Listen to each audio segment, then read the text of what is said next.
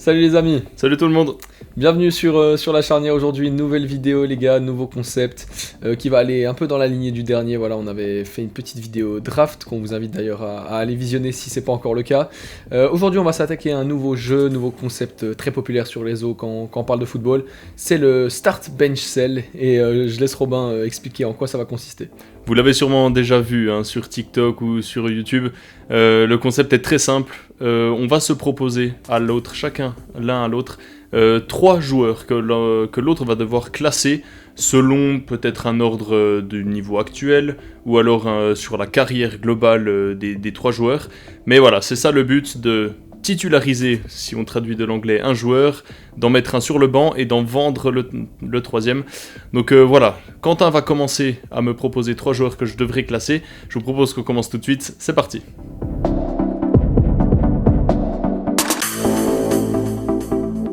On est parti pour ce premier choix les amis. Alors Robin, je vais te demander de te mettre dans la peau d'un directeur sportif d'un club avec des petits problèmes au milieu de terrain. Tu vois, tu joues en 4-3-3, tes 3 joueurs te donnent pas forcément satisfaction, que ça soit plus offensif, sur le plan un peu plus défensif.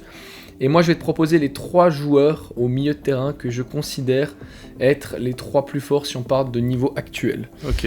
Ces 3 joueurs sont Joshua Kimmich, Vitinha et Pedri. Ok. Donc voilà. Ok. Selon le concept que tu connais, je te laisse un peu nous donner tes tendances sur ces 3 joueurs. Donc si on parle... Alors, vraiment en niveau actuel. C'est ça. Tu dois vraiment répondre aux besoins de ton équipe. Tu as l'occasion de prendre un de ces 3 cracks. Ouais. Voilà, c'est très très dur. Déjà, bien joué pour le choix parce qu'il est super dur. Alors, dans un premier temps, je pense que Kimmich part avec un avantage uniquement au niveau de l'âge et de l'expérience. Il est plus âgé que les deux. Il a 30 ans déjà, il a une belle carrière derrière lui, alors que Vitinha en a 25 et Pedri en a 23, il me semble. Ouais, 22. Voilà, donc Kimmich part avec un surplus d'expérience par rapport aux autres. Il est vainqueur de la Ligue des Champions aussi. Il a gagné d'autres trophées, comme on peut le voir. Il a gagné 8 fois la Bundesliga, donc voilà, c'est énorme. Maintenant, en termes de niveau pur, je pense que Pedri est le meilleur. En termes de niveau. Et malgré le fait que Kimmich ait ce surplus d'expérience, si je suis un directeur sportif, je vais prendre le joueur qui peut me garantir le plus d'années au plus haut niveau. Donc je pense que Kimmich, je le mets en 3ème. Parce qu'il a 30 ans, parce qu'il est super fort, mais il est moins fort que Pedri, je pense. Donc tu le vends. Donc je le vends parce qu'il a 30 ans et il me permet pas de compter sur lui, allez, max 5 ans encore. Alors que Pedri, 10, et Vitinha, peut-être 10 ou 8. Voilà. Maintenant que j'ai dit que Kimmich était en 3, je pense que je prends Pedri en 1 quand même. Je pense que je prends Pedri en 1 et Vitinha en 2, parce que Vitinha est intrinsèquement un peu moins fort que Pedri, et que Pedri a quand même... Enfin, Vitinha, ça fait moins longtemps qu'il est au top niveau. C'est-à-dire qu'il est arrivé de Porto il y a de ça 2 ou 3 saisons. 2 saisons et demie, c'est ça, 2 saisons et demie au Paris Saint-Germain. C'était 2023, il me semble. Membre depuis 2022, ici on le voit. 2022, ouais, donc ça fait bientôt 3 ans, c'est ça, 2 ans et demi qu'il est à Paris. Alors que Pedri, on en parlait déjà, il a 22 ans, on en parlait déjà quand il en avait 17, 18, c'était vraiment le crack de la Masia. Il a toujours été super fort et il offre il a des garanties, il a des matchs références depuis plus longtemps que Vitinha. C'est pour ça que je mets Pedri en 1, je mets Vitinha en 2, et je mets malheureusement Kimmich à contre-cœur en 3ème position. Il est temps pour moi de proposer mon premier choix à Quentin, et pour faire la liaison avec ce qu'il m'a proposé, je vais également rester sur le niveau actuel avant de peut-être par la suite proposer des choix sur plus une notion historique. Le choix que je te propose, c'est le choix entre 3 ailiers français que sont Michael Olise, Bradley Barcola et Désiré Doué. Voilà, c'est le choix avec lequel tu dois concocter maintenant. En termes de niveau actuel. Donc tu me demandes de me glisser dans la peau de Didier Deschamps un peu, si je comprends bien. C'est un peu ça, malgré le fait que les 3 ne jouent pas exactement au même poste. Olise joue que à droite, Barcola plus à gauche, Désiré Doué des deux côtés. Mais ouais, voilà, en gros, qui est le plus fort entre les trois? C'est intéressant, surtout voilà, en tant que grand amateur de l'équipe de France pour ma part. C'est une question que je me pose assez quotidiennement. L'équipe de France a dans son arsenal énormément de très bons attaquants. C'est peut-être voilà, le vivier le plus intéressant du football mondial, je pense, en la matière. Pour moi, il y a deux noms sur la feuille de match que Didier coche. De toute façon, c'est ceux de Kylian Mbappé et de Ousmane Dembélé. Et je pense que ces trois-là étaient, peut-être jusqu'au match retour de la Croatie, en contention un peu justement pour les places restantes. Alors, donc comme tu dis, trois profils assez différents, mais qui ont quand même des similitudes. Déjà, c'est que tous les trois sont très jeunes. Michael Olise, c'est 23 ans, Désiré Doué, 19 ans, Bradley Barcola, 22 ans. Donc c'est trois gars de la même génération, donc qui ont relativement la même expérience. Bradley Barcola, Désiré Doué jouent dans le championnat français. On a peut-être ici un petit avantage pour Michael Olise, de par le fait que lui a déjà évolué en Angleterre en première ligue, donc potentiellement le championnat le plus compétitif du monde.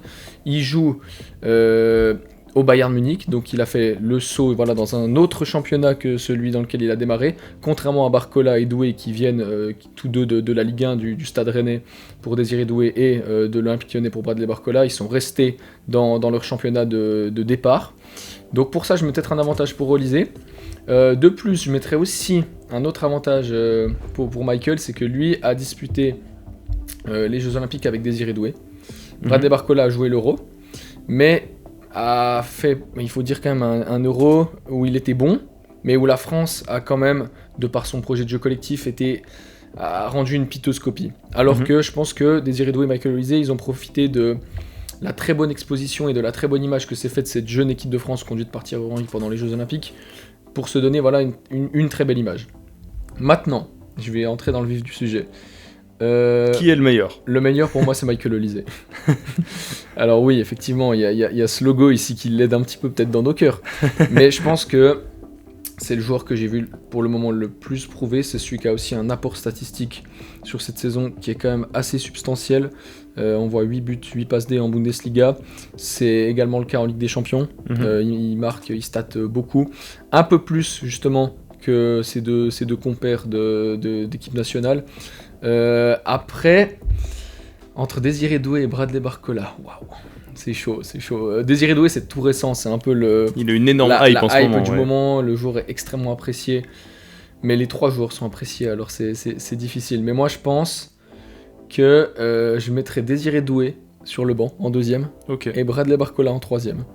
Je vais m'expliquer. Je pense que Désiré Doué, à l'instar de Michael Olise, c'est des joueurs qui sont dotés de qualités rarissimes. Je vois très peu de joueurs qui leur ressemblent finalement, et c'est des joueurs très polyvalents parce qu'ils peuvent autant jouer sur le côté que dans l'axe, même un petit peu plus haut, enfin bref, ils peuvent jouer à plein de positions différentes, et ils ont voilà, tout plein d'outils, leur palette technique est remplie d'outils, remplie de marteaux. Alors que Bradley Barcola, c'est un profil qu'on connaît déjà un peu plus. Alors certes, il est très fort dans ce qu'il fait, il est très bon dans sa qualité de dribble, il a une qualité de percussion, un coup de rein, comme t'aimes bien le dire. Il y a un son de rap d'ailleurs sur ça, le coup de rein à Bradley Barcola. Voilà, effectivement, il est connu pour ça, mais c'est pour ça que moi j'irai quand même d'abord sur Michael Olise, ensuite sur Désiré Doué, et pour terminer, Bradley Barcola. Ensuite, sur le deuxième choix, tu m'as demandé de me glisser dans la peau d'un sélectionneur. Didier Deschamps, moi je vais te demander de te glisser dans la peau d'un autre sélectionneur qui vient tout récemment de prendre sa place.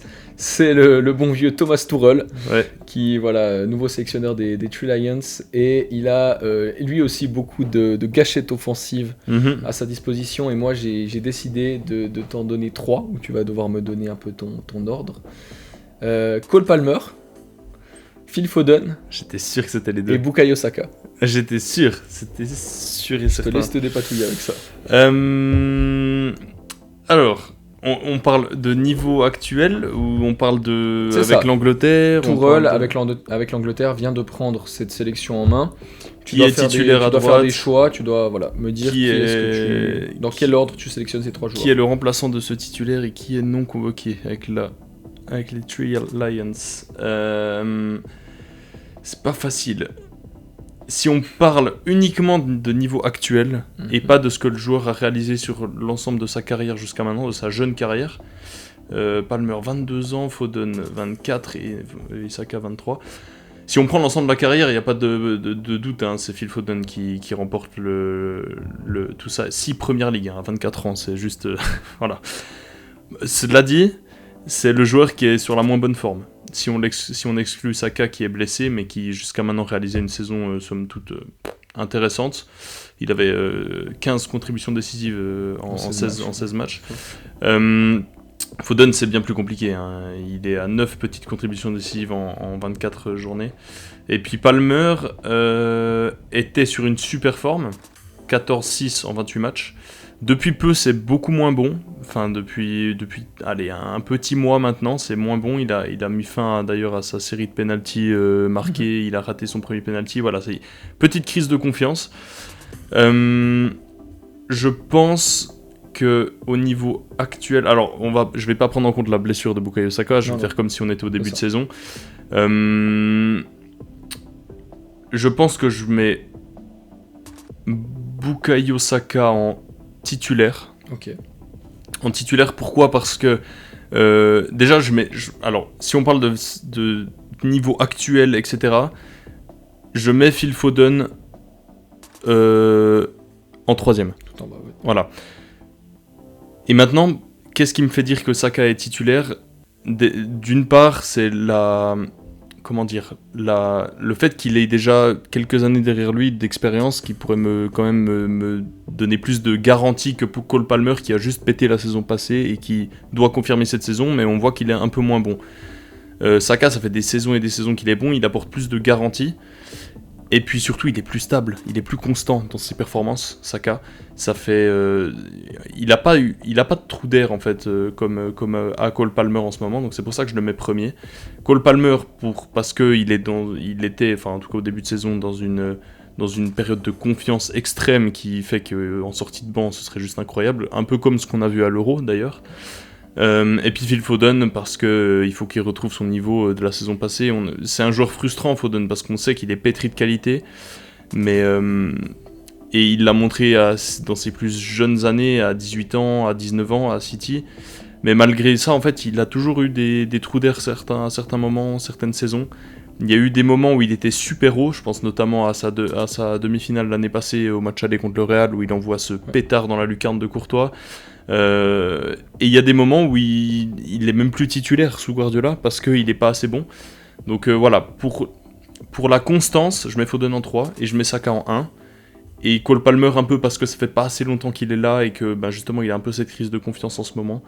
Je le mets en numéro 2. Donc voilà, si j'étais Thomas Tuchel, Saka serait titulaire, Palmer serait son remplaçant et Foden jouerait en 10. Non, Foden serait non sélectionné du coup malheureusement malgré le fait que ce soit un super joueur.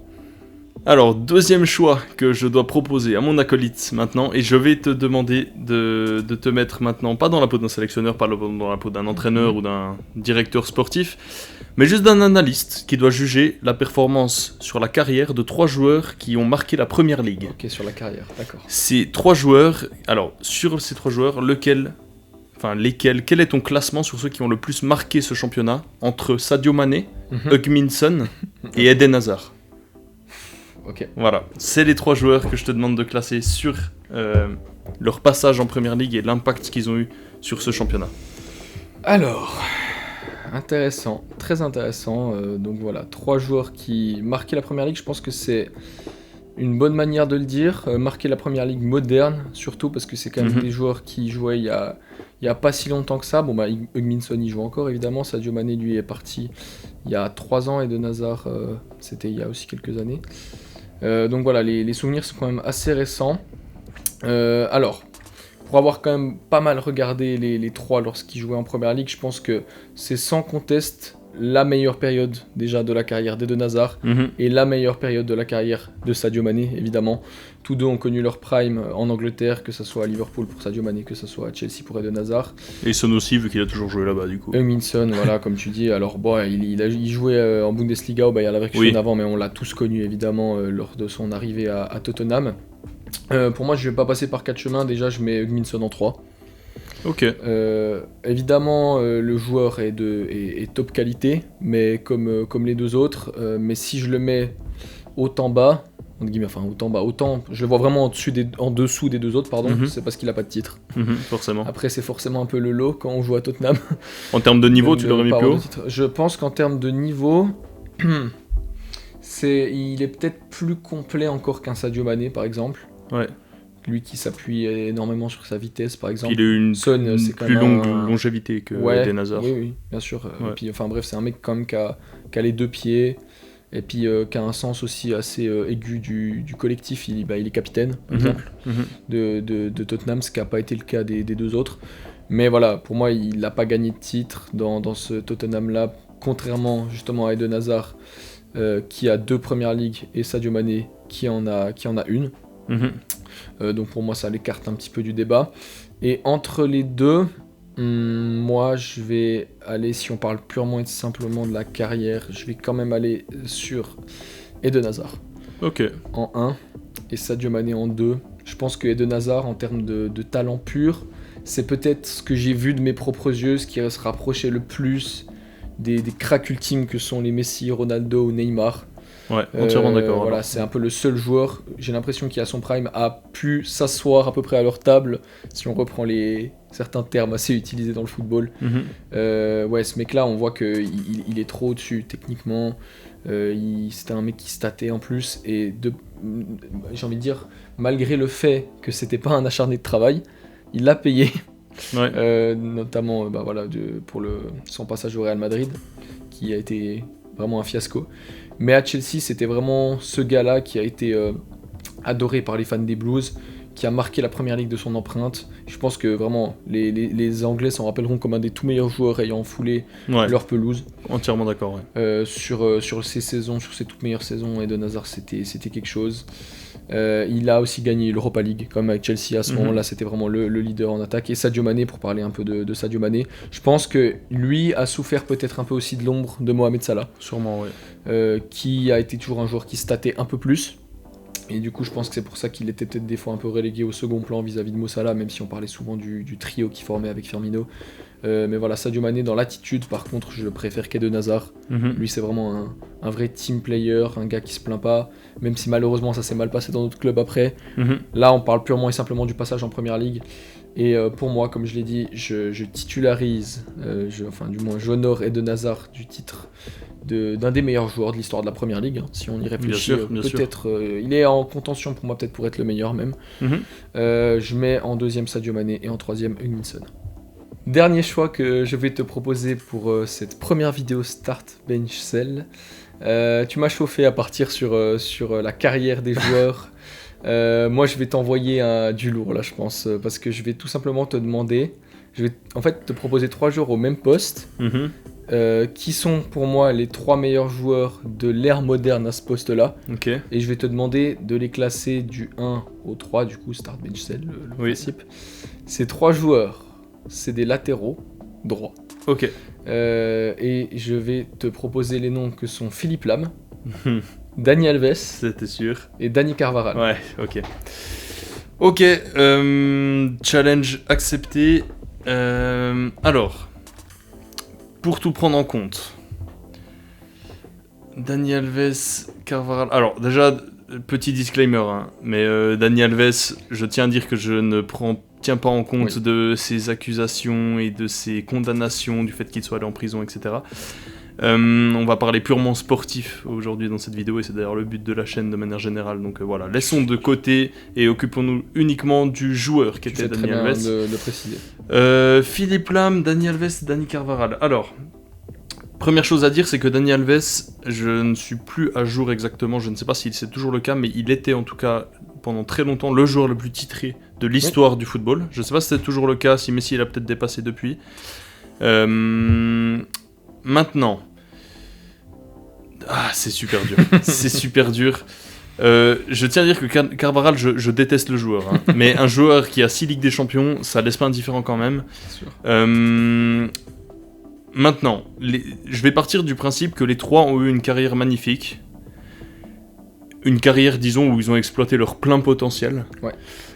Et que Carvajal, s'il a 6 Ligues des Champions, c'est pas uniquement parce qu'il y a Carvajal dans l'équipe du Real, etc. Il la doit également à Benzema, à Ronaldo, à Modric, à Kroos, à tous les joueurs qui sont passés par ce Real-là. Et étant donné que c'est un joueur que je trouve qui a bien moins de talent que Dani Alves et Philippe Lam, je le mets 3e. Ok.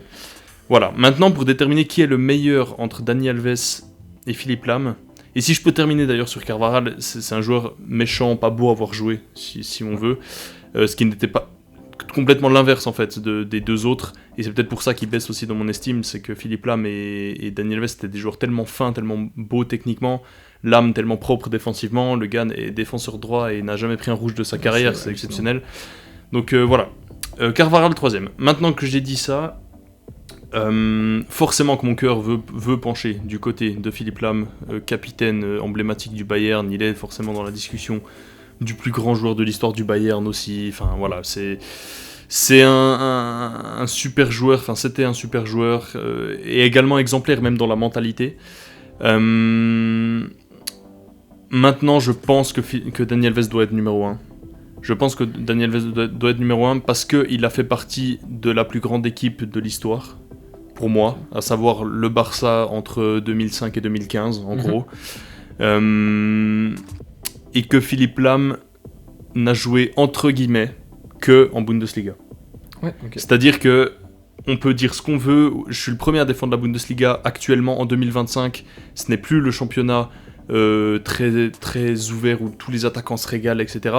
Mais il faut dire que Dani Alves a été une référence à son poste dans le meilleur championnat du monde pendant 10 ans, l'ère du Real Prime, du Barça Prime, l'Atlético qui venait se frotter également. Il y avait des équipes comme Valence, comme Séville qui étaient au top. Séville qui prenait toutes les Europa League. Voilà, le Barça et le Real qui se frottaient chaque année, une course au titre acharnée. Donc voilà, Dani Alves a été le meilleur latéral droit pendant longtemps, dans le meilleur club du monde, dans le meilleur championnat du monde, et c'est pour ça que je le mets au-dessus de Philippe Lam, pas que je dénigre la Bundesliga, mais que la Liga de l'époque, c'était quelque chose quand même. Ouais, c'est donc voilà, je mets quand même en start, je start Dani Alves, je bench Philippe Lam, et je sell Dani Carvajal. Voilà, c'est mon choix final.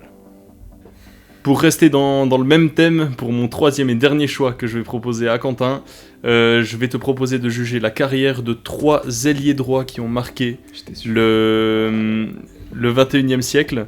Okay.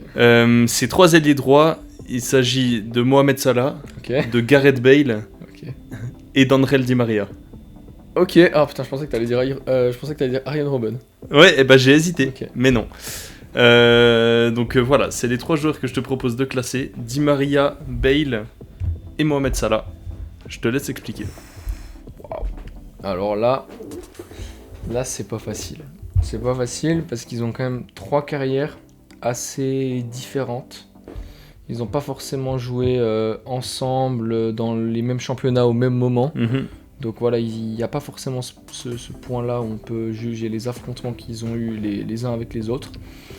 Donc, si on parle de niveau déjà, je pense qu'en termes de talent pur, moi je mets André Di Maria un peu en dessus. Parce que c'est un joueur qui a certainement un des niveaux maximum les plus élevés que j'ai pu voir sur la planète football de mes propres yeux. Maintenant, la carrière n'a pas forcément été aussi belle qu'elle aurait pu l'être, notamment dû au fait qu'il y a eu quelques petits soucis de régularité déjà. André Di Maria, c'est un joueur qui a été malheureusement connu pour ça. Son passage à Paris dans l'ensemble, il était bon, mais pourquoi il n'a pas été excellent? C'est parce qu'il y a eu du très bon et du très mauvais. À Manchester, ça a été catastrophique. Et au Real, c'était bon aussi, mais je pense qu'il a aussi beaucoup profité justement d'être le joueur un peu porte-étendard de l'Argentine, le lieutenant véritablement de Lionel Messi, qui voilà, a su step up dans des gros matchs. Il marque en finale de Coupe du Monde, quand ils la prennent. Finale de Copa il marque América, en finale de Copa América pour justement offrir sa première à Messi également. Donc voilà, comme je dis, je pense qu'il porte bien ce surnom de lieutenant. Si on parle de Gareth Bale, bon bah voilà, comme tous les autres joueurs qui sont passés par ce Real Madrid, 5 Ligues des Champions pour Gareth Bale. Bah lui aussi, hein, si on parle purement et simplement de niveau, c'est assez impressionnant. Enfin, j'ai des images en tête que lui seul m'a laissé, enfin, le fameux débordement sur Marc Bartra. Malheureusement, Bale, ce qui a un peu entaché sa carrière, c'est les blessures. Déjà, voilà, il était énormément blessé du côté du Real Madrid. De plus, on sait que la fin s'est vraiment pas très bien passée. J'ai ce souvenir avec le petit Wales, Golf Madrid, où voilà, c'est vrai que la fin de carrière n'a pas été au top. Il a arrêté un peu prématurément. Il était encore là à la Coupe du Monde 2022, mais il s'est vite arrêté. Pour dire qu'il a entre guillemets que 35 ans. Il y a des joueurs qui jouent encore à cet âge-là. Di Maria en a 37 et il joue encore. Il joue encore la Ligue des Champions. Mohamed Salah, il en a 32, un peu plus jeune, mais c'est un des meilleurs, si ce n'est le meilleur joueur du monde sur l'ensemble de la saison pour le moment. Et pour en venir justement à Mohamed Salah pour terminer, joueur qui lui n'était pas autant prémédité, je pense, à faire une si grande carrière à la base. On l'a connu du côté du FC Bâle dans notre championnat national. Ensuite, on sait qu'il a été par exemple à l'AS Roma, et quand il a été recruté à Liverpool, c'est peu dire qu'il a tout simplement explosé toutes les attentes autour de son transfert dès sa première saison. Je pense qu'on s'en rappelle tous. Et là, il conclut peut-être son passage à Liverpool, bien que finalement une prolongation semble envisageable désormais. Sur une saison où il peut potentiellement aller chercher le record d'Erling Haaland en ce qui concerne les buts, et le record de Kevin De Bruyne en ce qui concerne les passes décisives.